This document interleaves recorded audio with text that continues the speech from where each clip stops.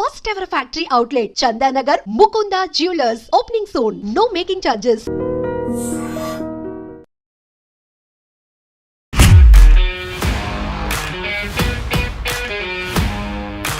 Namaste, welcome to iDream Money Matters with Anil AKV. Simplifying money, one episode, 8 a time. Share మార్కెట్లు, స్టాక్లు, ఇన్వెస్ట్మెంట్లు వీటన్నిటి గురించి మాట్లాడుకుందాం. మనతో పాటుగా ఉన్నారు అనిల్ ఏకేవి గారు. అనిల్ గారు నమస్తే. నమస్కారం మేడం. సో మనం 6th ఎపిసోడ్లో ఉన్నాము. సో డీమ్యాట్ అకౌంట్ ఓపెన్ చేసుకున్నాము. సో పడిపోయినప్పుడే కొనాలి అనేది ఒక నిర్ణయం తీసుకున్నాము. ఏం కొనాలి, ఎలా కొనాలి, క్వాలిటీస్ ఎలా చూసుకోవాలి, ఇవన్నీ మాట్లాడుకుందాం మనం. అవును మేడం. ముందుగా నిన్న జరిగిన దుర్ఘటన ఏతుందో పహల్గాంలో అక్కడ యాత్రికుల మీద ఉగ్రవాదులు జరిపిన కాల్పులకు హత్య చేయబడ్డ వాళ్ళందరి కుటుంబాలకు సంతాపం తెలియజేస్తూ వాళ్ళ ఆత్మలన్నీ రెస్ట్ ఇన్ పీస్ అనడం కూడా ఓం శాంతి అనాలేమో, వాళ్ళకి శ్రద్ధాంజలి ఘటిస్తూ ఈ ప్రోగ్రామ్ స్టార్ట్ చేద్దామండి. చాలా బాధాకరమైన దుర్ఘటన అది. True. Very painful for all Indians. భారతీయులందరూ ఖచ్చితంగా దీన్ని తీవ్రంగా ఖండించాల్సిన సందర్భము. మన రక్షణ శాఖ కూడా చాలా బలంగా బలోపేతమై వాళ్ళ మీద ఎదురుదాడులే చేయాల్సిన తరుణం ఆసన్నమైంది. ఇలాంటి ఉగ్రవాదుల మీద బుల్లెట్కు బుల్లెట్ సమాధానం. ఇంకా అవకాశం కూడా లేదు, వాళ్ళు ఇవ్వలేదు, ఛాన్స్ కూడా ఇవ్వలేదు. ఇప్పుడు ఎలా రిటాలియేట్ అవుతారా, ఏం చేస్తారు అనేది వాళ్ళు ప్రభుత్వం, హోంశాఖ, మన రక్షణ శాఖలు చూసుకుంటారు అది. బట్ ఒక నెగిటివ్ సిగ్నల్ పంపించారు దేశానికి. ప్రశాంతంగా ఉన్న దేశం మీద వాళ్ళు చిచ్చు పెట్టారు. సో వాళ్ళు అనుభవిస్తారు ఖచ్చితంగా, అలా అనుమానం కూడా లేదు. ఇప్పుడు మీరు coming back to our point, మీరు అడిగిన ప్రశ్న ఎలా స్టాక్ పిక్ చేసుకోవాలి. లాస్ట్ టైం మనము మాట్లాడుకున్నాం. పోయిన ఎపిసోడ్లో 14వ తారీఖు అనుకుంటే ఎపిసోడ్ మనది, 14th రోజు జరిగిన 5th ఎపిసోడ్లో వి స్పోక్ అబౌట్ ట్రంప్ టారిఫ్ల గురించి అనే సీజ్ గురించి మాట్లాడాం మనము. ఎలా జరుగుతుంది, ఆయన ట్రంప్ సృష్టించిన ఉత్పాతము ఎలా ప్రభావితం చూపించింది మార్కెట్స్ని, అందరూ భయపడుతున్నారు, షేక్ అయిపోతున్నారు, ప్రపంచ మార్కెట్లు పతనం అయిపోతున్నాయి, అందరూ విత్డ్రా చేసుకుంటున్నారు అనే టైంలో we're the people, I think Telugu మాధ్యమాల్లో మనం ఈ కాలంలో ఇంత ఎలాబొరేటివ్ సెషన్స్ చేస్తుంది మనమే. సో ఆ రోజు అంటే ఈ సెషన్ స్టార్ట్ అయిన డే 1 నుంచి ఈరోజు అదే మాట్లాడుకుంటున్నాం. పడ్డ ప్రతిసారి మీరు కనుక్కోండి, స్టాక్ పిక్ చేస్తూ ఉండని. మనం 10 days బ్యాక్ కూడా ఇదే మాట్లాడాము, కరెక్ట్ 10 రోజుల క్రితం ఇదే మాట్లాడాము. ఇది గ్రేటెస్ట్ అవకాశము. ఈరోజు మీరు బ్లాక్ మండేని గుర్తు చేశారు. బ్లాక్ మండే ఆ రోజు కొనాల్సిందని. తర్వాత వచ్చే మండేని నేను గుర్తు చేశాను, ఆ రోజు మార్కెట్ చాలా పెద్ద ర్యాలీ కొడుతుందని. ఖచ్చితంగా అనుకున్నట్టే జరిగింది. ఈ 10 రోజుల్లో మార్కెట్ చాలా పెద్ద రివర్స్ స్వింగ్ అయింది, మళ్ళీ బుల్ ఫేజ్లోకి వచ్చేసింది. ఇది కంటిన్యూ అవుతుంటుంది, ఈ ప్రాసెస్ అనేది కంటిన్యూ అవుతుంటుంది. మళ్ళీ కొద్ది రోజులకు ట్రంప్ ఏదో అంటాడు, మళ్ళీ ప్రపంచ మార్కెట్లు కొద్దిగా ఒడిదుడుకులకు గురవుతాయి, అక్కడి నుంచి మళ్ళీ పడతాయి. మన మార్కెట్స్ కూడా వాటికి రెసిప్రొకేట్ అవుతాయి, మనం కూడా కొద్దిగా పడతాము, పడ్డప్పుడు మళ్ళీ కొనుక్కోవాలి. సో ఈ ఎక్స్టెండెడ్ బుల్ ఫేజ్ అవుతుందో మన దేశం తాలూకు ఎక్స్టెండెడ్ బుల్ ఫేజ్, మనం లాస్ట్ టైం కూడా అనుకున్నాం, 3 ఎపిసోడ్లు 4 ఎపిసోడ్లు అనుకున్నాం. We started our bull phase journey somewhere in 1991. నూతన ఆర్థిక సంస్కరణ జరిగిన తర్వాత 1991లో మన బుల్ ఫేజ్ మొదలైంది. మన దేశం తాలూకు నిజమైన ప్రగతి మొదలైంది 1991లో, అరౌండ్ 34 years బ్యాక్. ఈ ప్రగతి చాలా చిన్న ప్రగతి. ఈరోజు వరకు మనం చూసింది మన దేశం తాలూకు ప్రగతి చాలా చిన్నది. ప్రపంచవ్యాప్తంగా మిగతా దేశాలతో కంపేర్ చేసుకుంటే అమెరికా 300 సంవత్సరాల ఆర్థిక చరిత్ర వాళ్ళది, యూరోప్ ఇంచుమించు 200 సంవత్సరాల ఆర్థిక చరిత్ర వాళ్ళది, జపాన్ కూడా దాదాపు మనకన్నా senior most country when it comes to the establishment of their capital markets. అలాగే లాటిన్ అమెరికన్ కంట్రీస్ కానివ్వండి, ఆస్ట్రేలియా ఇలాంటి దేశాలు తీసుకోనండి, వీళ్ళందరూ మనకనే సీనియర్ దేశాలు. వాళ్ళు ఎప్పుడో ఎస్టాబ్లిష్ అయ్యారు, వాళ్ళందరూ కూడా బుల్ మార్కెట్లో ఎప్పటి నుంచో ఉన్నారు. మధ్యలో ఒడిదుడుకులు అవన్నీ జరుగుతూ ఉన్నాయి.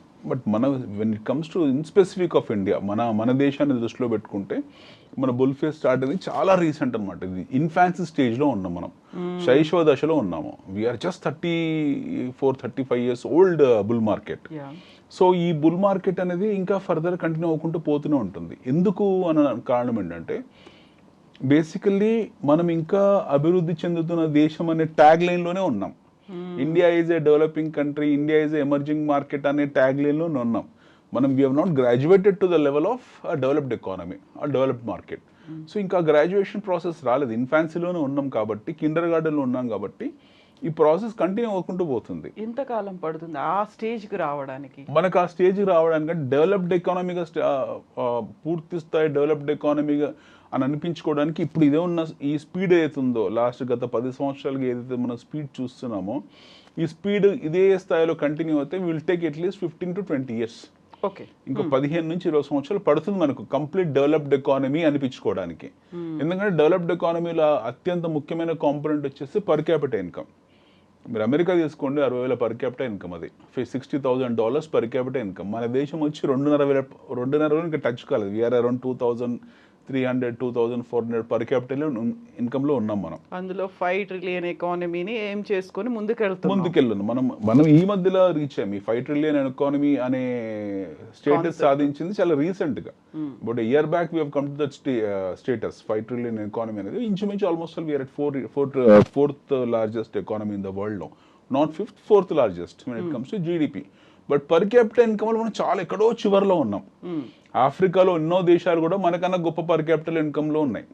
Even if you take Nigeria లాంటి కంట్రీస్ ఏవైతున్నాయో డ్రగ్ పెడ్లర్స్ అంటామో, అలాంటి దేశాలు కూడా మనకన్నా బెటర్ పర్ క్యాపిటల్ ఇన్కమ్లో ఉన్నారు. బట్ మన దేశానికి వచ్చేప్పటికి మన జీడిపి డివైడ్ బై పాపులేషన్ తీసుకున్నప్పుడు మన పర్ క్యాపిటల్ అనేది పథెటిక్ కండిషన్లో ఉంది. వీఆర్ అట్ $2,300 ఉన్నాం మనం. So America is at $60,000. There are some countries which are higher then America for that matter. మీకు ఆయిల్ ప్రొడ్యూసింగ్ కంట్రీస్ కొన్ని ఉన్నాయి, అంటే గల్ఫ్ దేశాలు, అమెరికా కన్నా ఎక్కువ ఉన్నాయి. లక్సంబర్గ్ లాంటి చిన్న దేశం ఉంది, అది ఆల్మోస్ట్ $1,00,000 ఉంది. అది యూరోప్లో చాలా దేశాలు $60,000 $70,000 ఉన్నాయి. సో వాళ్ళతో కంపేర్ చేసుకుంటే మనం ఎక్కడో బ్యాక్వర్డ్ దేశం. అంటే వీఆర్ వెరీ ప్రిమిటివ్. పాత రాతి యుగంలోనే ఉన్నాం మనం, ఇక నాట్ ఈవెన్ కొత్త రాతి యుగం, పాత రాతి యుగంలో ఉన్నాం. సో ఈ ప్రయాణం అనేది మనం చూడాల్సిన ప్రయాణం ఏంటంటే we should not look at our GDP. మనం చూడాల్సింది జీడిపి కాదు, మనం చూడాల్సింది దేశ జనాభా కాదు, మనం చూడాల్సింది మన ఇండస్ట్రీ ఎలా మూవ్ అవుతుంది కాదు, మనం చూడాల్సింది పర్ క్యాపిటల్ ఇన్కమ్, అంటే స్థూల వ్యక్తిగత ఆదాయం. స్థూల జాతీయోత్పత్తి వేరే, స్థూల వ్యక్తిగత ఆదాయం వచ్చేప్పటికి చాలా తక్కువ ఉంది మనది, పర్ క్యాపిటల్ అనేది చాలా తక్కువ ఉంది. సో ఈ కాంపోనెంట్ మాత్రమే దృష్టిలో పెట్టుకోవాలి. We have to look at only this component. So మన పర్ క్యాపిటల్ ఇన్కమ్ అవుతుందో ఈ రోజు $2,300 అవుతుందో, ఇది ఏ రోజైతే మీకు 5,000 6,000 7,000 నుంచి పెరుగుకుంటూ పోతుందో, you see a different kind of magic in this country. మనం చూసేది ఇంకో రకమైన మ్యాజిక్ చూస్తాం. అప్పుడు ఆటోమేటిక్గా మనం ఈ $5 trillion ఎకానమీ కాదు, we will see $10 trillion economy, 20, 30, 40, ప్రపంచ బ్యాంక్ అంచనా ప్రకారం $40 trillion ఎకానమీ అవుతాం 20 ఏళ్ళు 30 ఏళ్ళలో వాళ్ళు ఒక అంచనా వేశారు. ఈ రిపోర్ట్స్ అన్ని అంత సీరియస్గా తీసుకోవాల్సిన అవసరం, ఎందుకంటే ఎవరి రిపోర్ట్ వాళ్ళు ఎవరి అవసరాన్ని బట్టి వాళ్ళు ఇచ్చుకుంటూ వెళ్తారు. గోల్డ్మ్యాన్ సాక్స్ ఒక రిపోర్ట్ ఇస్తుంది, IMF ఒక రిపోర్ట్ ఇస్తుంది, సిటీ బ్యాంక్ ఒక రిపోర్ట్ ఇస్తుంది, మీకు రకరకాల HSBC ఒక రిపోర్ట్ ఇస్తుంది, SNB ఒక రిపోర్ట్ ఇస్తుంది. ఇలా ఎవరి బ్లాక్ రాక్ ఒక రిపోర్ట్ ఇస్తుంది, మోర్గన్ స్టాన్లీ ఒక రిపోర్ట్ ఇస్తుంది, ఫ్రాంక్లిన్ టెంపుల్ ఒక రిపోర్ట్ ఇస్తుంది, ఫిడిలిటీ ఒక రిపోర్ట్ ఇస్తుంది. ఎవరి రిపోర్ట్ వాడుకుంటుంది. We should not look in to all these reports. మనం చూడాల్సింది మన దేశాన్ని మన పర్స్పెక్టివ్ చూడాలి. సో మన ప్రయాణం మొదలైంది చాలా చిన్న సమయంలోనే, 30-35 ఏళ్ళ క్రితం మన ప్రయాణం మొదలైంది. ఈరోజు గత 10 సంవత్సరాల్లో మన కొన్ని ఇంజన్స్ ఫైర్ చేసాం. Those got ignited. Now we're moving forward at good speed. ఇక్కడ నుంచి ర్యాపిడ్ స్పీడ్లోకి వెళ్ళాలి మనం, అంటే రాకెట్ స్పీడ్లోకి వెళ్ళాలి. This will happen when you have large industrialisation, large scope of employment. ఇది జరిగిన నాడు మన పర్ క్యాపిటల్ ఇన్కమ్ పెరుగుతుంది. మనం డెఫినెట్గా BPL below poverty line already తగ్గించుకున్నాము. మిడిల్ క్లాస్ నుంచి నియో రిచ్, ఎలైట్ రిచ్ ఆ సెక్షన్లోకి ఒక గ్రూప్ ఆఫ్ పీపుల్ వెళ్తారు. లోవర్ క్లాస్ నుంచి మిడిల్ క్లాస్ కొంతమంది గ్రాడ్యుయేట్ అవుతారు. ఈ ఎన్హాన్స్మెంట్ జరుగుకుంటూ వెళ్తాయి. ఎకనామిక్ క్లాసిఫికేషన్లో ఎన్హాన్స్మెంట్ జరుగుకుంటూ వెళ్తే డెఫినెట్గా ఆ టైంలో మొత్తం అంటే వీ విల్ రీచ్ డిఫరెంట్ లీగ్లోకి వెళ్తాం మనం. ఇది ప్రైమ్ ఆఫ్ అసీ. సో మనం చూడాల్సిందంటే మనం ఏ మార్కెట్లో ఉన్నాం. మనం we're actually in bull market. We started a journey about 35 years back. We're in bull market. ఈ బుల్ మార్కెట్లో వచ్చి ఒడిదుడుకులు ఏవైతుంటాయో, ప్రపంచవ్యాప్తంగా జరుగుతున్న ఒడిదుడుకులకు వాటి తీవ్రమైన ప్రభావాలకు మనం గురవుతున్నాం. అంతే తప్ప సంస్థాగతంగా మనకు ఎలాంటి సమస్య లేదు. ఇది మనం గుర్తించాల్సిన విషయం. Yeah.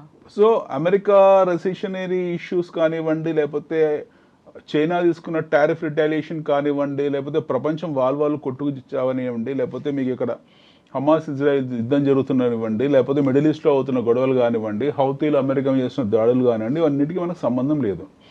ట్రేడ్ ఏమి ఎఫెక్ట్ అవుతాయేమో, ట్రేడ్ ట్రాన్సిటరీ ఎఫెక్ట్స్ కొన్ని ఉంటాయి. అది తప్పిస్తే మనకు వచ్చిన ప్రమాదం లేదు. వారి domestic consumption story is very very strong, fundamentally very strong. మన డొమెస్టిక్ కన్జంప్షన్ స్టోరీ, మన మన మన ప్రొడక్షన్ వ్యవస్థ ఏతుందో, ఉత్పత్తి వ్యవస్థ ఏతుందో అది చాలా స్ట్రాంగ్. మన అగ్రో అవుట్పుట్ కానివ్వండి, లేకపోతే ఇండస్ట్రియల్ అవుట్పుట్ కానివ్వండి, సర్వీసెస్ కానివ్వండి, ఇవన్నీ వెరీ వెరీ స్ట్రాంగ్. సో మనం ఉత్పత్తి చేసే సామర్థ్యం మనకు ఉంది, వాటిని స్వీకరించే సామర్థ్యం కూడా మనకు ఉంది. సో ప్రపంచంతో మనం ఎప్పుడో డీరైల్ అయిపోయాము. ఆ డీరైల్ అయిపోయిన ప్రహాసనంలో మనకు ట్రేడ్ ట్రాన్సిట్స్ జరుగుతూ ఉంటాయి. ఆ ట్రేడ్ ట్రాన్సిట్స్ అన్నీ కూడా మనకు డాలర్ ద్వారా జరుగుతూ ఉంటాయి. సో డెఫినెట్గా ఏమవుతుందంటే అమెరికా చైనా గొడవల్లో మన మార్కెట్స్ కూడా ఇన్ఫ్లుయెన్స్ అవుతాయి. అంతే తప్పిస్తే మనకు వచ్చే నష్టం ఏం లేదు. సో మనం అనుకున్నాం, మనం 10 రోజుల క్రితం ఇది కరెక్ట్ సందర్భం కొనుక్కోవడానికి, దీనికన్నా గొప్ప సందర్భం లేదు. మార్కెట్ పడింది, కొనుక్కోవాలి. ఈ మార్కెట్లో మన మన మన తాలూకు మంచి సంస్థలు ఉన్నాయి, ఇది ఇన్వెస్ట్ చేస్తే ఇన్వెస్టర్ బెనిఫిట్ అవుతుంది అనుకున్నాం.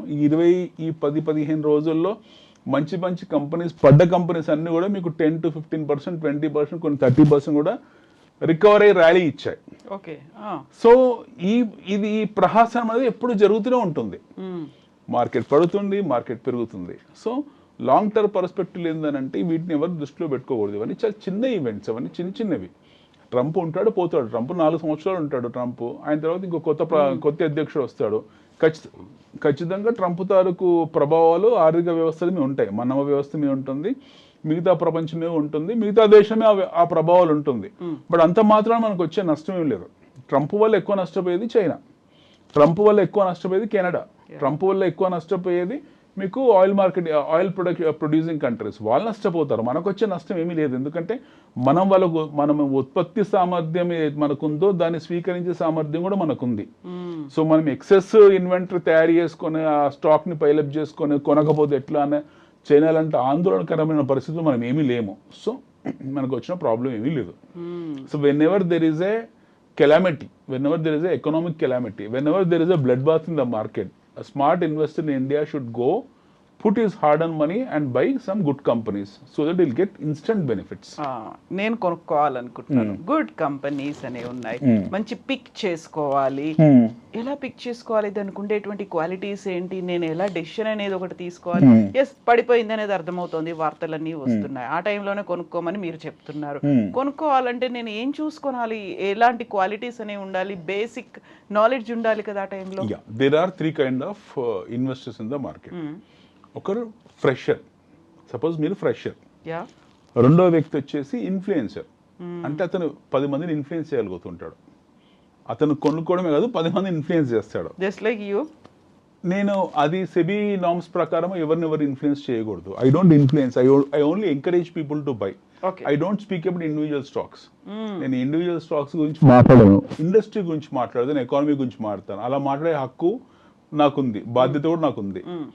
బట్ ఇండివిజువల్ కంపెనీస్ గురించి మాట్లాడితే వెస్టర్న్ ఇంట్రెస్ట్ కింద వెళ్తుంది. So I don't speak about individual companies, I speak about individual industries, I speak about economics as a whole. So influencer ఉంటారు. థర్డ్ వన్ వచ్చేప్పటికి మీకు లార్జ్ పార్టిసిపేటర్ ఉంటాడు. సో మనం ఈ 2 కేటగిరీస్ పక్కన పెట్టి మనం బేసిక్ కేటగిరీ మాట్లాడుకుందాం. బేసిక్ కేటగిరీ ఈజ్ ఫ్రెషర్, మీలాంటి ఫ్రెషర్స్. నేను ఫ్రెషర్ ఎలా అవుతానని మీరు అనుకోవచ్చు. మీరు ఫ్రెషర్ ఎందుకు అవుతారంటే బేసికలీ మీ సొంత నిర్ణయం మీరు తీసుకోవట్లేదు. సొంత నిర్ణయం తీసుకొని వాళ్ళు ఎవరైనా సరే వాళ్ళు ఫ్రెషర్ కిందనే కౌంట్. సో మీకు డీమ్యాట్ అకౌంట్ ఉండి గత 10 సంవత్సరాల నుంచి మీరు నిర్ణయం తీసుకోకుండా వేరే వాళ్ళ ప్రభావానికి గురవుతున్నా సరే మీరు ఫ్రెషర్ కిందనే వస్తారు. సో బేసిక్ ఫండమెంటల్ ఇంట్రెస్ట్ మీకు ఉన్నదా లేదా పక్కన పెడితే మీకు తెలియదు, విజ్ఞానం లేదు, ఆ పరిజ్ఞానం లేదు. So you come under that fresher category. మీరు చేయాల్సింది మీలాంటి ఫ్రెషర్ ఏంటంటే ఇక్కడ ఆశ్చర్యపోయి పరిగెత్తి అటు ఇటు వెతుక్కోవాల్సిన అవసరం లేదు. మీకు నేషనల్ స్టాక్ ఎక్స్చేంజ్ NSE ఉంది, BSE ఉంది. ఇందులో ఒక టాప్ 50 NSEలో టాప్ 50 కంపెనీస్ ఉన్నాయి. పెద్ద మార్కెట్ కరెక్షన్లో టాప్ 50 కంపెనీస్ ఖచ్చితంగా 15-20% కరెక్ట్ అవుతాయి. I'm not talking about mid cap index గురించి మాట్లాడలేదు, స్మాల్ క్యాప్ ఇండెక్స్ గురించి మాట్లాడుతున్నాం. మనకు 3 రకాల కంపెనీస్ ఉంటాయి. ఒకటి లార్జ్ క్యాప్ కంపెనీస్ అంటాం మనం. అంటే పెద్ద సంస్థలు, ఇండెక్స్ డ్రైవ్ చేసే సంస్థలు, యా అవన్నీ కూడా నిఫ్టీ 50లో ఉంటాయి. నేషనల్ స్టాక్ ఎక్స్చేంజ్ 50లో ఉంటాయి అవన్నీ కూడా. అంటే వాటికి అధికృతమైన సంస్థలు అనమాట, నిఫ్టీని డ్రైవ్ చేసే కంపెనీస్ అవన్నీ. వాటి ఫండమెంటల్స్, వాళ్ళ బ్యాలెన్స్ షీట్స్, వాటి ట్రాక్ రికార్డ్ చాలా బాగుంటుంది. రెండోది వచ్చేప్పటికి మీకు మిడ్ క్యాప్ కంపెనీస్ అని ఉంటాయి, అంటే ఎదుగుతున్న సంస్థలు, మీడియం రేంజ్లో ఉంటాయి. ఎదుగుతున్న సంస్థలు. Those companies are growth stories అవన్నీ కూడా.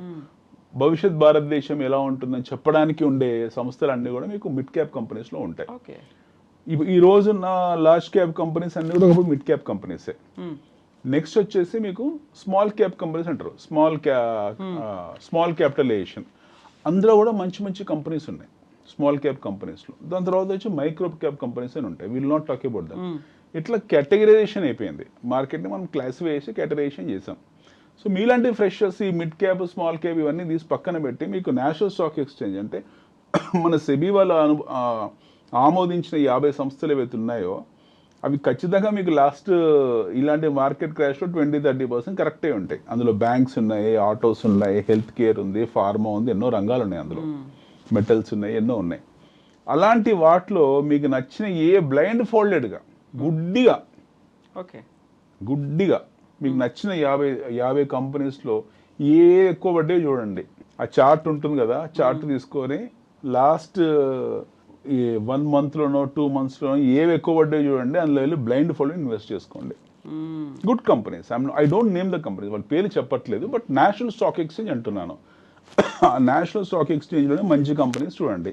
ఇందులోనే లిస్టెడ్, అన్లిస్టెడ్ అనేది అక్కడికి వద్దాము కదా. ఎస్, అక్కడికి వద్దాము. సో ఇప్పుడు మీకు ఏమైంది, మొన్న మార్కెట్ ఫాల్ జరిగింది లాస్ట్ ఈ ట్రంప్ వచ్చిన తర్వాత. ఇది చేసిన ఇష్యూస్ వల్ల మీకు మార్కెట్ భయంకరంగా ఫాల్ అయింది. లాస్ట్ 3 monthsలో మార్కెట్ ఫాల్ అయింది. Nifty has corrected drastically 8-9% Nifty correct అయింది. సో పెద్ద సంస్థలన్నీ కూడా మీకు 20-30-40% వరకు కనెక్ట్ అయ్యాయి. గుడ్ కంపెనీస్ అన్నీ కూడా మీకు ట్రంప్ ఎఫెక్ట్కు యావరేజ్గా 25% కరెక్ట్ అయ్యాయి. బట్ ఇప్పుడు ఈ లాస్ట్ టైం మనం మాట్లాడుకున్న ఎపిసోడ్కి ఈ రోజుకు 10% రికవర్ అయ్యాయి. You name any company, you name any entity, almost 10-15% return ఇచ్చాయి. సో మనం అనుకున్న బ్లాక్ మండే రోజు ఎవరైతే ఇన్వెస్ట్ చేస్తుంటారో ఆ రోజు ఈ రోజు అతనికి యావరేజ్గా 10-12% వచ్చి ఉంటుంది. ఓకే, 10-12% ఇవ్వడం మేడ్ దట్ మనీ. సో ఇలాంటి అవకాశాలు వచ్చినప్పుడల్లా సాధారణ రీటైల్ ఇన్వెస్టర్స్, మన భారతీయ రీటైల్ ఇన్వెస్టర్స్ ఇలాంటి అవకాశాలను వదులుకోకూడదు. మన దేశం ఎక్కడికి పోదు, మనకు వచ్చే నష్టం ఏమీ లేదు. మార్కెట్లో ఇవన్నీ జరుగుతూ ఉంటాయి, అత్యంత సాధారణమైన ఎకనామిక్ ఫినామినా ఇది. దీనికి మనము రెసిలియంట్ ఉండకూడదు, వీ హ్యావ్ టు రెసిప్రొకేట్ కావాలి. మనం దీనికి ఖచ్చితంగా అవకాశాన్ని ఉపయోగించుకుంటే మనకు బెనిఫిట్స్ ఉంటాయి. So smart investor buys when everybody sells. అది తెలివైన వాడు చేసే పని. మిగతా వాళ్ళు అందరం అమ్ముతున్నప్పుడు ఆడల్లి కొనుక్కుంటాడు. ఇప్పుడు మీరు అడిగిన ఇంకో ప్రశ్న, సో లిస్టెడ్ ఏంటి, అన్లిస్టెడ్ ఏంటి? ఫర్ ఎగ్జాంపుల్ అప్కమింగ్ కంపెనీస్ ఉన్నాయి కొన్ని. ఓయో ఉంది, OYO is unlisted company. OYO ఇంకా లిస్ట్ కాలేదు. మన తెలుగు వాళ్ళ సంస్థ ఉంది విజయ ఎలక్ట్రిక్స్, అది unlisted company, good company but unlisted. IDream ఉంది, గుడ్ కంపెనీ బట్ అన్లిస్టెడ్, మీదే సంస్థ. TV9 మీ పాత సంస్థ, good company but unlisted. So ఇలాగా ఇవన్నీ కూడా అన్లిస్టెడ్ కంపెనీస్. భవిష్యత్తులో ఏ రోజైనా సరే వాళ్ళు లిస్ట్ అయ్యి మార్కెట్లోకి వచ్చే అవకాశాలు ఉన్నాయి. They will list and get in to the market. So అందులో మీరు యాజ్ ఆఫ్ నో వెళ్ళి కొనడానికి మీకు షేర్స్ అవైలబిలిటీ లేదు. You don't have the availability of buying the shares. So అది మీరు కొనలేక లిస్ట్ అయిన ఏవైతే స్టాక్ మార్కెట్స్లో లిస్ట్ అయ్యి ఉంటాయో వాటిని మీరు కొనుక్కోవచ్చు. సో ఇదే నేను చెప్పిన రంగంలోనే, ఫర్ ఎగ్జాంపుల్ మీరు మీడియా రంగంలోనే ఎన్నో కంపెనీస్ లిస్ట్ అయ్యి ఉన్నాయి. మనం మాట్లాడుకున్న ఎలక్ట్రికల్ కంపెనీస్లో విజయ కాలేదు, బట్ బజాజ్ ఎలక్ట్రికల్ అయింది. అలాంటి కంపెనీస్ ఉన్నాయి. ఓకే, తర్వాత plenty of industries are there which are companies are which are unlisted. Plenty of companies which are there which are listed. OYO ఉంది, హోటల్ యాప్, అది లిస్ట్ కాలేదు, ఎప్పుడో భవిష్యత్తు లిస్ట్ అవుతుంది. బట్ మీకు ఎన్నో హోటల్ ఇండస్ట్రీస్ ఉన్నాయి, ఐటీసీ లాంటిది, లేకపోతే ఇండియన్ హోటల్స్ లాంటివి, ఇలాంటి షమీ హోటల్స్ లాంటివి ఎన్నో ఉన్నాయి అలా companies. So you have an opportunity to go and pick the best company which are you like to put your money, hard earned money. So nothing wrong in what you call buying good companies.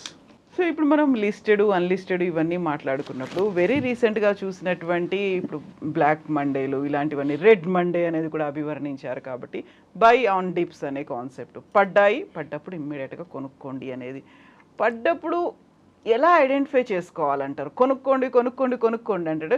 ఈ qualities అన్నీ ఎలా చూస్తావు? యూజువల్గా ఉండేది stock market పడిపోయిందంట, పతనం అయిపోయిందంట, నష్టాలు వచ్చేసాయంట, ఇంతకుముందు ఎప్పుడు జరగలేదు ఇలా, ఇంత అతి పెద్దగా బేరుమన్నా ఈ మార్కెట్లు, ఇలాంటివన్నీ వస్తుంటాయి కదా. పెద్ద పెద్ద బేరు పెడతారు, ఎలుగుబంట్ల బొమ్మలు పెట్టేసి అది మింగుతున్నట్టు రక్తం తాగుతున్నట్టు పెడతారు వాళ్ళు. గ్రాఫిక్స్ అన్ని వచ్చేస్తాయి అప్పుడు. పడితే వర్ణివ్వండి, అయితే ఏమైంది, పడితే ఏమైంది, మార్కెట్ పడితే మళ్ళీ లేసింది కదా. See, market has fallen, what do you call? See, market took 3 months to fall, but recovered in 10 days. మనం చూడాల్సింది మార్కెట్ 3 నెలలు పడుతూనే వచ్చి 10 రోజుల్లో లాసెస్ మొత్తం రికవరీ చేస్తుంది. I'm asking a fundamental investor, why are worried and bothered about this temporary phenomena? మార్కెట్లో జరిగే ఒడదుడుకుల్ని 2-3 నెలల ఈ జరుగుతున్న డ్రామా గురించి మీకెందుకు? మీరు చూడాల్సింది 5 ఏళ్ళు 10 ఏళ్ళు 15 ఏళ్ళ దృష్టికోణంతో. ఇప్పుడు ఫిక్స్డ్ డిపాజిట్ పెట్టారండి, 7 ఇయర్సా డబుల్ కావడానికి 8 ఇయర్స్ 9 ఇయర్స్ పడుతుంది. మీరు మళ్ళీ మాట్లాడతారా? వాడు ఇచ్చేది ఇన్ఫ్లేషన్ మాత్రమే. Fixed deposit is nothing but you're buying inflation. మళ్ళీ లాస్ట్ టైం అనుకున్నాం, ద్రవ్యోద్బలం మాత్రమే మీరు కొంటున్నారు. మీరు మళ్ళీ మాట్లాడతారా? బ్యాంకులో ఒకసారి ₹1,00,000 ఫిక్స్డ్ డిపాజిట్ చేసి నాకు డబ్బులు ఎప్పుడవుద్దు అంటే 9 ఏళ్ళకి చెప్తాడు అతను. బ్యాంకు 9 ఏళ్ళ తర్వాత వెళ్ళిన తర్వాత మీరు ₹1,00,000 2,00,000 మీకు ఇస్తాడు. క్యాపిటల్ సేఫ్టీ ఉంది, but what you're getting is inflation in turn. మీరు 9 సంవత్సరాల క్రితం కొన్న వస్తువు ఏతుందో అది ₹1,00,000 ఉంటుంది, 9 ఏళ్ళ తర్వాత 2,00,000 ఉంటుంది. చిన్న ఎగ్జాంపుల్, 9 ఏళ్ల క్రితం బంగారం ఎంత ఉంది, 9 ఏళ్ళ తర్వాత బంగారం ఎంత ఉంది. ఈ రోజు బంగారం కొనుక్కునే బదులు మీరు బ్యాంకులో పెట్టుకుని ఆఫ్టర్ 9 ఇయర్స్ వెళ్ళిన తర్వాత ఇదే బంగారం మీకు 3 ఇంతలు అయ్యి ఉంటుంది. అది చిత్తుగాయల కింద కౌంట్ ఆ ₹1,00,000. సో ఫిక్స్డ్ డిపాజిట్లో అంతా ఫిక్స్ అయిపోయిన వాళ్ళు స్టాక్ మార్కెట్ గురించి ఎందుకు? ఆ వాలటాలిటీ మీకు ఎందుకు? Volatility is part of life. Stock market అనే కాదు, ప్రతిది కూడా పార్ట్ ఆఫ్ లైఫ్. వాలటాలిటీ అనేది పార్ట్ ఆఫ్ లైఫ్. మీరు అన్నారు హౌ వాలటాలిటీ ఎలా వస్తుంది. ట్రూ. ఇప్పుడు ఎందుకంటే యూజువల్గా వినిపించేది మార్కెట్ ఒడిదుడుకులకు లోన్ అయ్యింది అనేది. ఇలా వోలటాలిటీ ఉంది అనుకున్నప్పుడు లైక్ ఇది చాలా క్వైట్ న్యాచురల్ ఫినామినా అనుకున్నప్పటికి కూడా నేను డబ్బు పెట్టాను అదే పడిపోయిందట అని చూసుకుంటే, ఇప్పుడు మ్యూచువల్ ఫండ్ ఉందండి, మ్యూచువల్ ఫండ్లో మీరు ప్రతి నెల వాయిదా పద్ధతిలో కడుతూ ఉంటారు. ఎవ్రీ మంత్ మీరు మ్యూచువల్ ఫండ్లో డబ్బులు పెడుతున్నారు. ప్రతి నెల 20,000 30,000 50,000 1,00,000 మీ స్తోమతను బట్టి మీరు ఇన్వెస్ట్ చేసుకుంటూ వెళ్తున్నారు. మ్యూచువల్ ఫండ్లో ఇన్వెస్టర్ మైండ్ సెట్ ఎలా ఉంటుంది? ఇది it's again A psychological problem. Mutual fund investor ఎలా ఉంటుందంటే అతను ఎన్నేవి చెక్ చేసి అరే మార్కెట్ పడిందంట అని చెప్పేసి ఆలోచిస్తారు తప్పిస్తే ఫండ్ అమ్ముకోడు. He will not sell his fund. డబ్బులుంటే మళ్ళీ వెళ్ళి ఫర్దర్గా ఫండ్ యాడ్ చేసుకుంటాడు. మ్యూచువల్ ఫండ్ వాళ్ళు కొంచెం మెచ్యూర్గా ఆలోచిస్తారు. స్టాక్ మార్కెట్లో వచ్చేప్పటికి ఏంటంటే ఏదో ట్రేడర్ లాగా బిహేవ్ చేస్తారు. I'm saying people to behave like an investor, not like a trader. Okay, మీరు ట్రేడర్ లాగా మ్యూచువల్ ఫండ్ ఇన్వెస్టర్కి ఉన్న మైండ్ సెట్, ఆ మెచ్యూరిటీ స్టాక్ మార్కెట్ ఇన్వెస్టర్ కూడా ఉండాలి. స్టాక్ మార్కెట్ ఇన్వెస్టర్ స్టాక్ మార్కెట్ని క్యాసినో పర్స్పెక్టివ్లో చూసినంత కాలం ఎప్పుడు టెన్షన్లోనే ఉంటాడు. ఇది క్యాసినో కాదు, this is a place where you're going to accumulate certain volumes. ఈ ప్లేస్లో మీరు వాల్యూమ్స్ అక్యుములేట్ చేసుకునే ఒక పెద్ద సమయం మీకు బేర్ మార్కెట్ ఇస్తూ ఉంటుంది. అది ఎప్పుడో అది చాలా గ్రేట్ గోల్డెన్ బ్లూమ్ అని అనుకోవాలి, ఆపర్చునిటీ, అది గాడ్స్ గిఫ్ట్. అది market black Monday is nothing but a God gift opportunity for a retail investor to put his hard and money. దాన్ని పేపర్లో రాస్తారు, ఈ రోజు మార్కెట్ పతనమైంది 10 లక్షల స్వాహా అని రాస్తారు. నష్టపోయింది. ఎవరికి నష్టము? అమ్ముకున్నోడికి నష్టం. నేనేం అమ్మట్లేదు కదా, పడితే పడింది, రికవర్ అవుద్ది, మళ్ళీ రేపో 4 రోజులకు 10 రోజులకు సంవత్సరానికి రికవర్ అవుద్ది. ఈ టైంలో నేను చేయాల్సిన పని ఏంటంటే accumulation. See, there are 2 types of players in the market. One is trader, the other one is investor. Trader అంటే వాడు మార్కెట్లో ఈ రోజు ₹1,00,000 అప్పు చేసి ఏదో చేసి పెట్టుకొని వారం రోజుల్లో నాకు 1,10,000 వద్దని చెప్పి ఉద్దేశంతో షార్ట్ టర్మ్లో వస్తాడు. లక్కీగా వచ్చిందంటే ఫైన్ బాగానే ఉంది, రాలేదనుకోండి నష్టపోతాడు. ఎందుకంటే డబ్బులు తిరిగి ఇవ్వాలి కాబట్టి ఆ వారం రోజుల్లో నష్టాన్ని అమ్ముకొని దాన్ని భర్తీ చేసుకుని ఏదో రకంగా ఇచ్చేసుకుంటాడు, అతను నష్టపోతాడు. మీరు ఇన్వెస్టర్ ఏం చేస్తున్నారు? మీరు వారం రోజుల కోసం ఇన్వెస్ట్ చేయట్లేదు, 5 సంవత్సరాలకో 10 సంవత్సరాలకో ఇన్వెస్ట్ చేస్తున్నారు. మీకు వచ్చిన నష్టం ఏంది? మార్కెట్ పడితే పడనివ్వండి, దాని లక్షణం అది. మార్కెట్ లక్షణమే volatility. There is something called S VIX, V I X అని ఉంటుంది, ఇండెక్స్, వాలటైలిటీ ఇండెక్స్ అని ఉంటుంది. ఆ వాలటైలిటీ ఇండెక్స్ కు దానికి ఒక పాయింట్స్ ఉంటాయి, 9 నుంచి 25 అనేది బేసిక్ వాలటైలిటీ ఇండెక్స్. మనకు మన దేశంలో 9 to 25, 40 వరకు వెళ్తుంది అప్పుడప్పుడు. ఇట్ గోస్ ఫ్రమ్ 10 to 40 వరకు వెళ్తుంది. ఈ దాని రేంజ్ అనమాట. అది ఎక్కువ వెళ్ళిందంటే ఆ వాలటాలిటీ ఎక్కువ ఉందని అర్థం. There is something called yes greed and fear index also. అంటే ఆ మనిషి మనస్తత్వం తాలూకు గ్రీడ్ ని ఫియర్ ని కూడా ఒక ఇండెక్స్ ఉంది. Everything is there in the markets. మన సైకాలజీ, మన మనస్తత్వం మొత్తం కూడా మార్కెట్ లో ఉంది. Volatility index is nothing but our behaviour. అది ఒక బిహేవియరల్ సైన్స్. అది అంటే మొత్తం మూకుమ్మడిగా జనాలందరూ బిహేవ్ చేస్తున్న దాన్ని బట్టి వాలటాలిటీ మారుకుంటూ పోతుంది. అందులో మీకు ఫారిన్ ఇన్స్టిట్యూషన్ ఇన్వెస్టర్స్ ఉంటారు, డొమెస్టిక్ ఇన్స్టిట్యూషన్ ఇన్వెస్టర్స్ ఉంటారు, రీటైల్ ఇన్వెస్టర్స్ ఉంటారు, హెచ్ఎన్ఏస్ ఉంటారు, అన్ని రకాల వ్యక్తులు ఉంటారు. అన్ని రకాల వ్యక్తుల సామూహిక ప్రవర్తన విఐఎక్స్ లో కనపడుతుంది, మీకు వాలటాలిటీ ఇండెక్స్ లో కనపడుతుంది. అందరూ ఒకేసారి అమ్ముకుంటున్నారా, ఒకసారి ఎవరు అవసరం బట్టి అది, ఎవరు అవసరం బట్టి. ఫారిన్ ఇన్స్టిట్యూషన్ ఇన్వెస్టర్స్ ఎప్పుడు రెగ్యులర్ గా ట్రేడ్ చేస్తుంటారు, ప్రాఫిట్ బుక్ చేస్తుంటారు. వాళ్ళకి తెలివైన వాళ్ళు హెడ్ చేసుకునే స్తోమత వాళ్ళకు ఉంది. వాడు 1000 కోట్లు పెట్టి క్యాష్ లో కొంటే 1000 కోట్లు పెట్టి షార్ట్ సెల్ చేసుకుంటారు మార్కెట్ ని. రీటైల్ ఇన్వెస్టర్స్ మనకు సంబంధం లేదండి. అది మనం ఏం చేయాలి, what we're suppose to do. మీరు ఒక 5 ఏళ్లకు 6 ఏళ్లకు 10 ఏళ్లకు వాయిదాల పద్ధతిలో ఒక మంచి, ఇందాక మీరు అడిగారు ఎలా నేను ఇన్వెస్ట్ చేయాలని, మీరు ఒక 10 కంపెనీలు చూసుకున్నారు, ఒక మంచి 10 కంపెనీలు చూస్ చేశారు. ఈ మంచి 10 కంపెనీలు ఎప్పుడు మీకు పడ్డప్పుడల్లా ఒక అవకాశం కల్పిస్తూ ఉంటుంది. ఒక 5 ఏళ్ళలో 10 ఏళ్ళలో మీరు వాల్యూమ్ అక్యుములేట్ చేసుకుంటూ వెళ్ళాలి. You should not look at value. Value మీకు సంబంధం లేదు, అది ఎంత ప్రైస్ ఉందన్న సంబంధం లేదు. మీరు ఎంత వాల్యూమ్ కొనుక్కొని పొందుపరుచుకున్నారనేది ముఖ్యం. ఈ నెల ఒక 2 యూనిట్లు, వచ్చే 2 యూనిట్లు, అట్లా నెంబర్ ఆఫ్ యూనిట్స్ కొనుక్కుంటూ వెళ్ళాలి. అంటే మీరు చేయాల్సింది వాల్యూమ్ని అక్యుములేట్ చేసుకుంటూ వెళ్ళడం. వాల్యూమ్ని ఎప్పుడైతే అక్యుములేట్ చేసుకుని వెళ్తుంటారో వాల్యూ ఆటోమేటిక్గా పెరుగుకుంటూ పోతుంది. ఆ కంపెనీ తాలూకు అర్నింగ్స్ బట్టి వాల్యూ పెరుగుకుంటూ పోతుంది.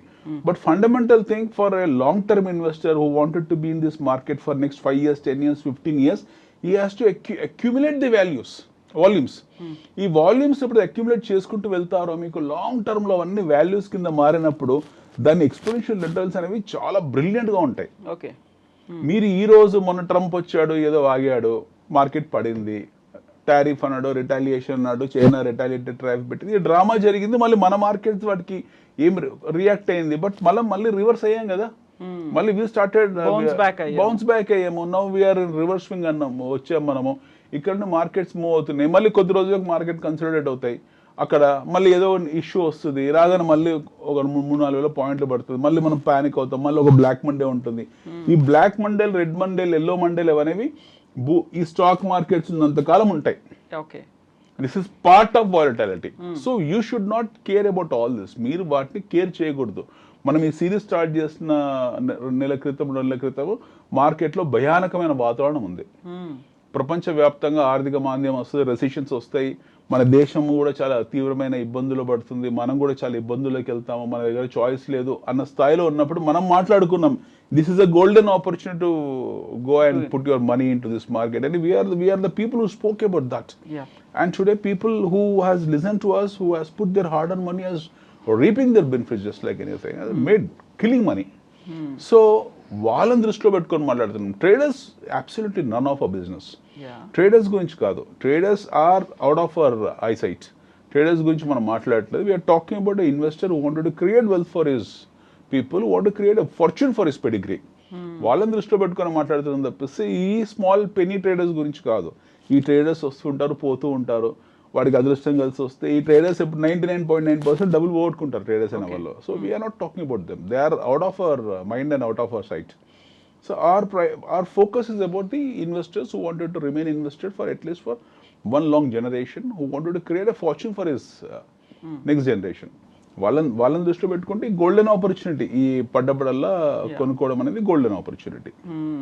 అయితే ఇప్పుడు మార్కెట్లు పడిపోయాయి, వోలటాలిటీ ఉంది, ఒడిదుడుకులకు లోన్ అవుతున్నాయి, ఇవన్నీ అనుకున్నప్పుడు కంపెనీలు, మన లిస్టెడ్ కంపెనీలు, అన్లిస్టెడ్ గురించి మాట్లాడుకున్నాం, రిజల్ట్స్ అనేది ఎలా అనౌన్స్ చేస్తాయి? ఎస్, ఈ కంపెనీ చాలా బాగుంది, లేదు ఈ కంపెనీ నష్టాల్లో ఉంది, వాళ్ళంతా వాళ్ళు స్వచ్ఛందంగా అనౌన్స్ చేస్తారా, లేకుంటే బిఎస్సి, ఎన్ఎస్సి? ప్రపంచవ్యాప్తంగా ఒక సిస్టమ్ ఉంది.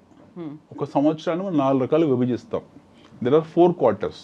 మనం వాడేది Julius calendar. Okay, we're living on Julius calendar, అంటే జనవరి టు డిసెంబర్ వరకు ఉంటే క్యాలెండర్. మన బుక్స్ అన్ని కూడా అంటే 2 రకాల బుక్స్ ఉన్నాయి ప్రపంచంలో. ఒకటి ఇండియన్ బుక్, మన స్టాండర్డ్ బుక్.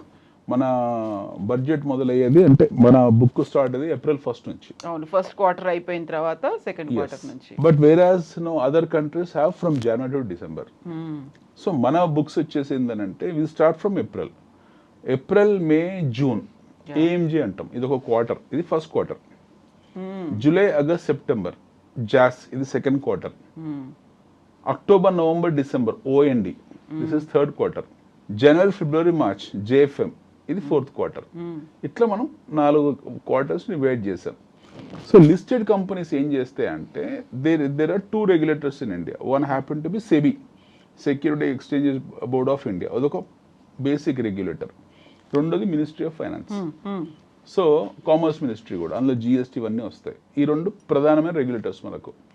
ఈ కంపెనీస్ ఏం చేస్తారంటే ప్రతి క్వార్టర్, ఎవ్రీ క్వార్టర్, ఇప్పుడు రన్నింగ్ క్వార్టర్ నడుస్తుంది, ఏప్రిల్, మే, జూన్ నడుస్తుంది.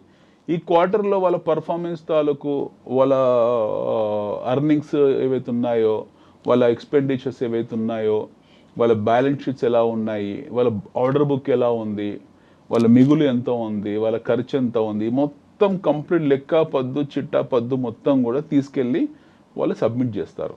ఎవరికి? సెబీకి సబ్మిట్ చేస్తారు. సెబీకి ప్లస్ ఎక్స్చేంజ్ చేసుకో, అంటే స్టాక్ ఎక్స్చేంజ్ చేసుకో. ఈ పర్ఫార్మెన్స్ ఒక రోజు పెట్టుకొని ఒక మంచి ముహూర్తం వాళ్ళు పర్ఫార్మెన్స్ని వాళ్ళు మ్యాండేటెడ్ అనమాట. అది కంపల్సరీ, మ్యాండేట్ అది.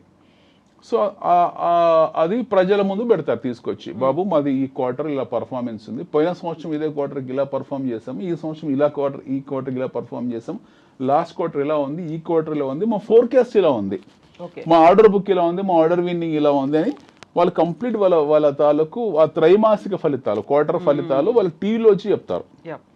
So that is published and that is kept in public domain by securities. సో అవన్నీ కూడా ట్రాన్స్పరెంట్గా ఉంటాయి, అందులో ఎలాంటి హ్యాంకీ ప్యాంకీస్ ఉండవు. Those are absolutely transparent and they are kept in front of public domain. So people will go through that. వాళ్ళని చూసుకొని మనకి రేటింగ్ ఏజెన్సీలు ఉంటాయి. మళ్ళీ ఇందాక మాట్లాడుకున్నట్టు రేటింగ్ ఏజెన్సీలు, ఎఫ్ఐలు, వాళ్ళు వీళ్ళు, ఇది ఈ రిజల్ట్ బాగాలేదు ఒకడు అంటాడు, రిజల్ట్ బాగుందని ఒకడు అంటాడు, ఒకడు దీనికి భవిష్యత్తులో అంటాడు, భవిష్యత్తులో రకరకాలుగా ఎవరి డిస్క్రిప్షన్ బట్టి వాళ్ళ ఒపీనియన్స్ ఫామ్ చేసుకుంటూ వెళ్తూ ఉంటారు. But it's none of a business. మళ్ళీ ఇందాక అనుకున్నట్టు ఒక బిజినెస్ ఉంది అని అంటే ఆ బిజినెస్ ఆగదు.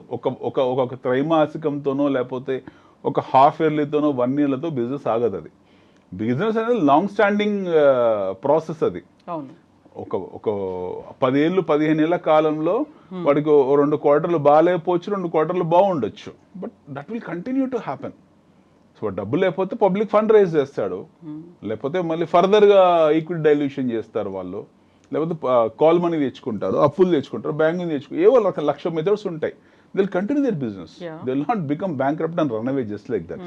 సో గుడ్ క్వాలిటీ కంపెనీస్ ఏవైతే ఉన్నాయో మనం చూడాల్సిన వాళ్ళ బ్యాలెన్స్ షీట్స్ ఎలా ఉన్నాయి అంటే, I'm talking from analyst perspective. వాళ్ళ బ్యాలెన్స్ షీట్స్ ఎలా ఉన్నాయి, వాళ్ళ గత పర్ఫార్మెన్స్ ఎలా ఉంది, వాళ్ళ పీర్ గ్రూప్స్ ఎలా ఉన్నాయి, వాళ్ళ కాంపిటీషన్ ఎలా ఉంది, ఇవన్నీ దృష్టిలో పెట్టుకొని చూసిన తర్వాతనే మనము ఒక కాల్ తీసుకుంటారు, ఇన్వెస్టర్ కాల్ తీసుకుంటారు. బట్ మీరు I tell you one thing, good part is that మీకు డీమ్యాట్ అకౌంట్ ఉంది. For example you are having a demat account. ఏదో ఒక బ్యాంక్ వాళ్ళ నుంచి వాళ్ళ సెక్యూరిటీస్ కంపెనీ ద్వారా మీరు డీమ్యాట్ అకౌంట్ ఓపెన్ చేస్తారు. మన దేశంలో ప్రతి బ్యాంకుకు ఒక సెక్యూరిటీస్ కంపెనీ ఉంది, ప్రతి సెక్యూరిటీ కంపెనీ ఒక డీమ్యాట్ అకౌంట్ ఇస్తుంది. వాళ్ళు ఖచ్చితంగా వాళ్ళు మీకు రికమెండేషన్స్ ఇస్తూ ఉంటారు, ఫండమెంటల్ రికమెండేషన్స్ ఇస్తారు. 2 ఏళ్లకు 3 ఏళ్లకు 4 ఏళ్లకు ఒక స్టాక్ రికమెండ్ చేసి ఇది కొనుక్కోండి అని చెప్పి వాళ్ళ అధికృత డీలర్స్ వాళ్ళు they have right to tell, అంటే వాళ్ళంతా సెబీ మెంబర్స్ అయి ఉంటారు. మీరు ఖచ్చితంగా మీరు ఒక నిజంగా జెన్యున్గా ఇన్వెస్టర్ అయ్యి ఉంటే వాళ్ళు చెప్పింది మీరు ఫాలో అవ్వండి, నథింగ్ రాంగ్ ఇన్ దట్. వాళ్ళు 4-5 కంపెనీస్ ఇస్తారు, దివాళీ పిక్స్ అని ఇస్తారు, ఓసారి న్యూ ఇయర్ పిక్స్ అని ఇస్తారు. వాళ్ళు ఇచ్చినప్పుడు కంపెనీస్ని లాంగ్ స్టాండింగ్ పెట్టుకోండి. When they say that continue that for 5 years 6 years 10 years అలా పెట్టుకుంటూ వెళ్ళండి. అందులో బై చేస్తుండండి, వచ్చి పడ్డప్పుడల్లా ఆ స్టాక్స్ అక్యుములేట్ చేసుకుంటూ వెళ్ళండి. ఎందుకంటే వాళ్ళు రిసెర్చ్ రిపోర్ట్స్ అవన్నీ కూడా they have done the research, due diligence ఉంటుంది. ప్రాపర్ రిసెర్చ్ చేసిన తర్వాతనే మీకు ఆ బ్రోకరేజ్ వాళ్ళు, మీ సెక్యూరిటీస్ తాలూకు బ్రోకరేజ్ వాళ్ళు మీకు రికమెండేషన్స్ ఇస్తారు. ఖచ్చితంగా అది మీరు దాన్ని you can take it for granted, అది ఇన్వెస్ట్ చేయండి, తప్పలేదు. అయితే ఇప్పుడు కంపెనీలు వాళ్ళంతా చాలా క్లియర్గా మెన్షన్ చేస్తారు, క్రిస్టల్ క్లియర్గా ఉంటుంది అనుకున్నప్పుడు ఈ మధ్య కాలంలో విన్నవి కొన్ని షెల్ కంపెనీలు ఉన్నాయి అనేది, అది చాలా వరకు అలాంటి ఇన్సిడెంట్స్ అనేవి కూడా మనం చూసాము. సో లేనిది ఉన్నట్టుగా చూపించడం, ఆ స్టాక్స్ చూపించడం, ఇవన్నీ ఇన్వెస్ట్లు చూపించడం, ఆ తర్వాత మా టర్న్ ఓవర్ ఇంత అని చూపించడం, ఇవన్నీ కూడా ఓపెన్ చేస్తూ ఉంటాయి కదా స్టాక్స్ని ఓపెన్ చేసి. దేర్ ఆర్ అబ్సల్యూట్లీ అన్ని వేలు ఒకలా ఉండవు. మార్కెట్లో ఎంత సెబీ ఎంత టైట్ చేసినా, ప్రభుత్వం ఎంత టైట్ చేసినా, మీకు ఈడీ ఎంత టైట్ చేసినా సరే, always you have that worms coming up. There are dozen worms in the market who are trying to attract your money. So మీకు ఫేక్ గర్ల్ చాలా మంది ఉంటారు మార్కెట్లో, ఫేక్ వాట్సాప్లు, ఫేక్ మెసేజ్లు, లేక ఫేక్ బ్రోకరేజెస్, ఫేక్ పర్సన్స్, చాలా ఫేక్ ఇన్ఫర్మేషన్ ఇస్తూ ఉంటారు. మీకు ఓన్గా రీసెర్చ్ చేసుకునే 99% నేను నాకు తెలిసినంత వరకు కూడా ఓన్ రీసెర్చ్ చాలా మంది ఫెయిల్ అవుతారు కూడా, ఎందుకంటే unit to have different perspective. అంత ఈజీ కాదు అది. మీరు మీ బ్రోకరేజ్ నమ్మండి, మీ బ్యాంక్ తాలూకు సెక్యూరిటీస్ వాళ్ళు ఇచ్చిన బ్రోకరేజ్ నమ్మండి. They will identify those shell companies, they will not recommend. Fundamentally strong companies ఏవైతే ఉంటాయో ఇన్వెస్ట్మెంట్ పర్స్పెక్టివ్లో ఇన్వెస్ట్మెంట్ పోర్ట్ఫోలియో మీకు పంపిస్తారు వాళ్ళని చూడండి. ఇప్పుడు మాట్లాడుకునే షెల్ కంపెనీస్ అన్ని కూడా జెడ్ కేటగిరీ. మన దగ్గర ఒక సపరేట్ జెడ్ కేటగిరీ ఉంది, T2T అంటారు, ట్రేడ్ టు ట్రేడ్. ఈ రోజు కొంటే ఈ రోజు అమ్మడం లేదు, 2 days అది అమ్మాలి, దాన్ని 2 రోజులు ఉంచుకున్న తర్వాత అమ్మేది ఉంటుంది. ఇలాంటి కంపెనీస్ కొన్ని ఉన్నాయి మీకు. అది ఎస్పెషల్లీ మీకు మైక్రో క్యాప్ కంపెనీస్లో, స్మాల్ క్యాప్ కంపెనీస్లో ఇలాంటివి ఉంటాయి. ఒకప్పుడు మన దేశంలో మైనింగ్ తాలూకు కంపెనీస్ ఉండేవి, షెల్ కంపెనీస్ అన్ని కూడా ఇన్ఫ్రా మైనింగ్లో ఉండేవి. మోస్ట్ పొలిటీషియన్స్ చాలా మంది మైనింగ్ రిలేటెడ్ కంపెనీస్, ఒక్కొక్కటి 5, 10, 15 లిస్టెడ్ కంపెనీస్ ఉండేవి, ఫేక్ కంపెనీస్. అవన్నీ కూడా చిన్న చిన్న మైక్రో క్యాప్లోనో లేకపోతే స్మాల్ క్యాప్లో ఉండేది. బట్ ఈ లాస్ట్ 10 years ఏంటంటే SEBI has become very strong, ministry of finance has become very strong, మన enforcement directors have become very strong. చాలా మటుకు ఎలిమినేట్ చేశారు. ఎంత ఎలిమినేషన్ చేసినా సరే మీకు ఎప్పుడు మళ్ళీ ఆ వైరస్ వస్తూనే ఉంటుంది, అది ఒక దారి వెతుకుని వస్తూనే ఉంటుంది, షార్ట్ కట్స్ వెతుకొని వస్తుంటుంది. మన సిస్టమ్ చాలా స్ట్రాంగ్ అండి. We have to believe our ministry of finance కానివ్వండి, మన కామర్స్ మినిస్ట్రీ కానివ్వండి, లేకపోతే మన securities exchange board of India కానివ్వండి, we have to this are very strong. ప్రపంచంలోనే one of the strongest boards మన రెగ్యులేటర్స్ చాలా స్ట్రాంగ్, అంత ఈజీ కాదు. ఈ రోజు కూడా బ్యాంకుల గురించి మాట్లాడారు మీరు. How are you selling your debt reconstruction ఎలా అమ్ముతున్నారని ఈరోజు సెబీ ప్రశ్నించింది. In fact RBI has question the banks. మీ అప్పులు ఉంటాయి కదా, ఎన్పిఎస్, నాన్ పర్ఫార్మింగ్ అసెట్స్ ఏవైతే ఉంటాయో వాళ్ళని వీళ్ళు రికవరీ ఏజెంట్స్కి ఇస్తారు బ్యాంకులు. సపోజ్ బ్యాంక్ దగ్గర 100 కోట్ల లోన్లు ఉన్నాయి, ఈ బ్యాంక్ వాళ్ళు రికవర్ చెయ్యరు, వాళ్ళు అవుట్ సోర్స్ చేస్తారు, వేరే వాళ్ళు రికవరీ చేయమని చెప్పేసి.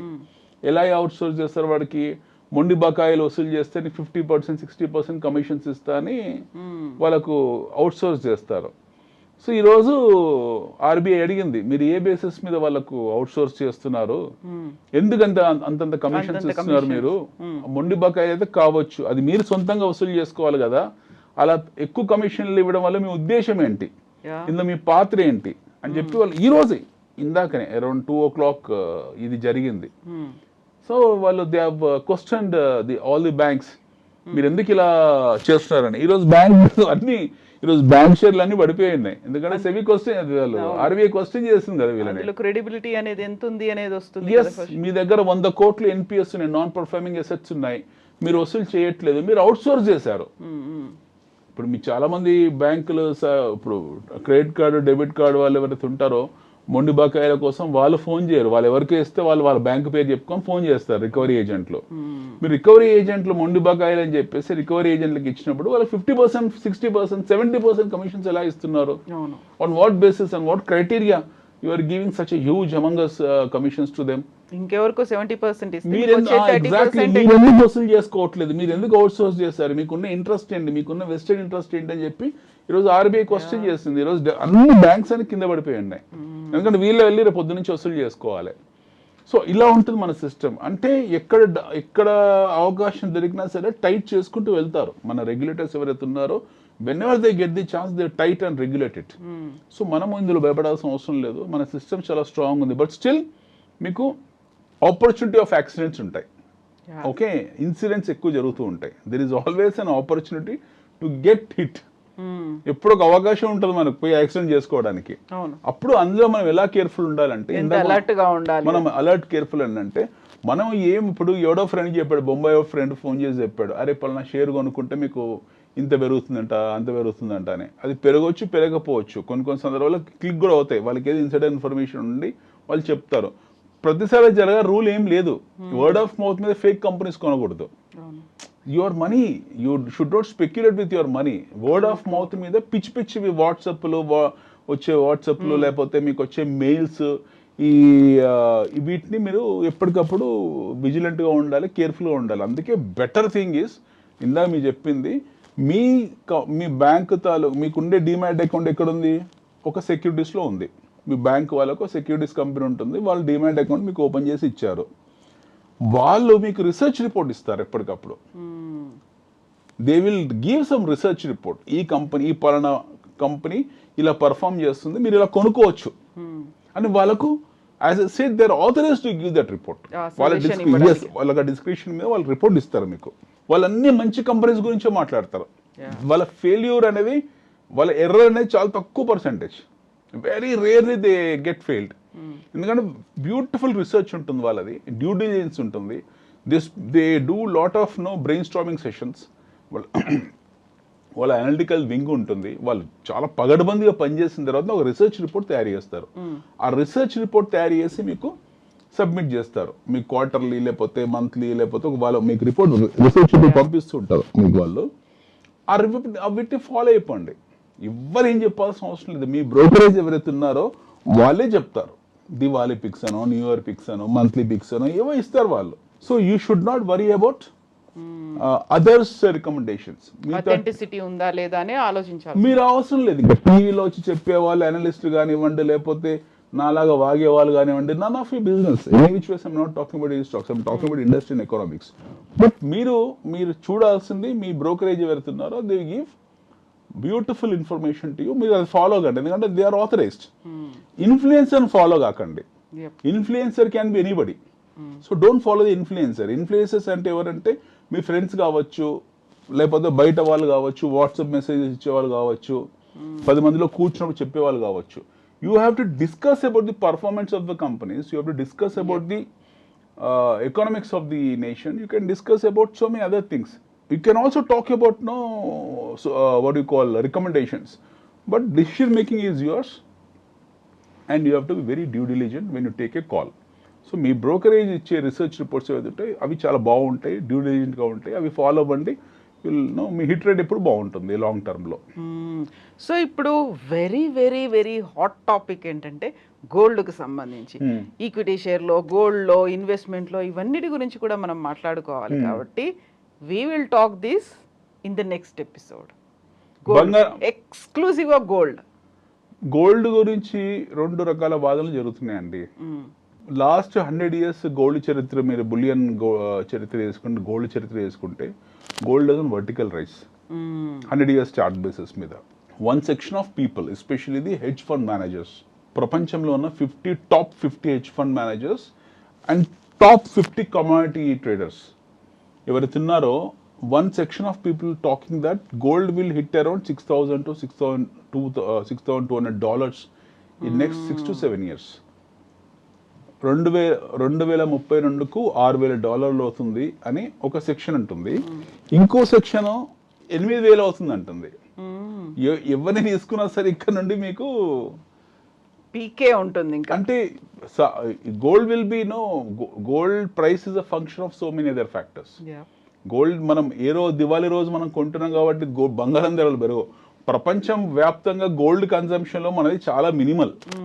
ప్రపంచ వ్యాప్తంగా బంగార వినియోగంలో భారతదేశం వినియోగం అనేది చాలా తక్కువ. అది ఫస్ట్ మనం గమనించాలి. కాకపోతే ఒంటి మీద ఎక్కువ మనం ఏంటంటే మనం ఏమనుకుంటాం అంటే మనం కొనడం వల్ల బంగారం పెరుగుతుంది అనుకుంటాం. మనం కొనకపోయినా బంగారం పెరుగుతుంది. అది ఎందుకంటే అదొక చాలా ఇంపార్టెంట్ ఎకనామిక్ కాంపనెంట్. అది నెక్స్ట్ ఎపిసోడ్లో మాట్లాడుకుందాం. ఎగ్జాక్ట్లీ, దీని గురించి మాట్లాడుకోవాలి. ఎందుకంటే బోల్డ్ అన్ని డౌట్స్ ఉన్నాయి, స్పెక్యులేషన్స్ అనేవి ఉన్నాయి, నిజంగా వోలటాలిటీ అనేది ఇక్కడ కూడా ఉంది. కాబట్టి గోల్డ్ గురించి మళ్ళీ మనం మాట్లాడుకుందాం. $3,000 $6,000 ఇమాజిన్ ఎక్కడికి వెళ్తుంది, డబుల్ అయిపోయింది. కాబట్టి thank you so much Anil గారు. థ్యాంక్ యూ అండి, థ్యాంక్ యూ.